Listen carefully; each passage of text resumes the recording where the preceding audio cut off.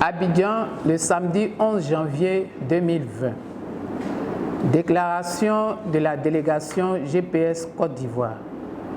Mesdames et messieurs, camarades adhérents de Générations et Peuples Solidaires, amis et amoureux de la Côte d'Ivoire, le 23 décembre 2019 restera à jamais gravé dans la mémoire collective.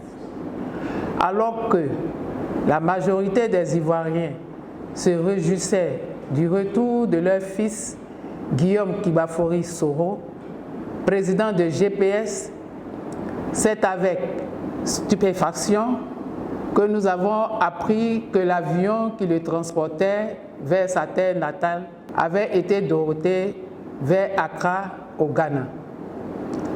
Déjà dans la matinée, des forces de l'ordre avaient massivement été déployées dans la ville d'Abidjan. Croyons-nous, pour assurer notre sécurité. Malheureusement, une fois le président Soro empêché d'atterrir en Côte d'Ivoire, ces derniers ont brutalisé et illégalement arrêté les dirigeants et militants de GPS venus accueillir leur président. Que personne ne se trompe. Cette violente répression avait pour objectif de décapiter le GPS, d'exiler son leader, de semer la terreur au sein des adhérents et militants du mouvement et afin de museler totalement l'opposition politique en Côte d'Ivoire. Voilà pourquoi les femmes de GPS que nous sommes exprimons notre solidarité à notre président, à tous les prisonniers, aux blessés ainsi qu'à leurs familles. Au regard de cette situation, le président de GPS a, par décision numéro 2020-01-004 du 7 janvier 2020, procédé à la création de la délégation GPS Côte d'Ivoire. Comme vous avez pu le constater, tous les 22 membres de cette délégation sont des femmes. Nous remercions et saluons le président Guillaume Kibafori Soro pour sa confiance renouvelée.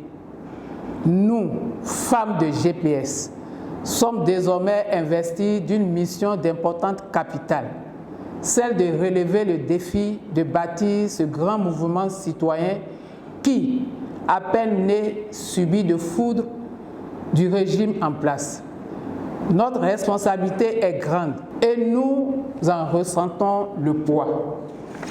C'est pourquoi nous, femmes de GPS, sans peur et sans crainte, allons sillonner le pays pour maintenir la flamme du combat pour l'état de droit, la démocratie et la paix. Nous, femmes de GPS, comprenons que toute cette vague de répression n'a d'autre but que de distraire les Ivoiriens par des moyens dilatoires en vue de confisquer le pouvoir d'État, de fausser le jeu électoral, ce que nous, femmes de Côte d'Ivoire, n'acceptons pas et n'accepterons jamais. Nous prenons l'engagement solennel, à l'issue de cette première réunion de la délégation GPS Côte d'Ivoire, d'intensifier les adhésions à GPS pour atteindre rapidement le cap de 100 000 militants, de mettre en route des missions du comité d'orientation et de coordination sur toute l'étendue du territoire national afin de dynamiser l'implantation de GPS, de nous battre pour l'obtention d'élections démocratiques, inclusives, transparentes et libres dans notre pays, de nous battre pour l'état de droit et la démocratie, de militer en faveur du pardon, de la réconciliation et la paix, ce qui présuppose la libération de tous les prisonniers politiques et le retour de tous les exilés sans exclusive. Ne dit-on pas que ce que femme veut, Dieu veut? L'histoire nous enseigne qu'à chaque fois que les femmes se sont mobilisées et unies, elles ont toujours vaincu l'oppresseur et gagner leur combat. Rappelons-nous que de braves femmes, au mépris de leur vie, ont fait en 1949, alors que le RDA subissait une répression sauvage du colonisateur. Elles se sont levées pour dire non et ont vaincu les troupes du colon en obtenant la libération de leurs époux. Puisse un tel combat nous inspirer.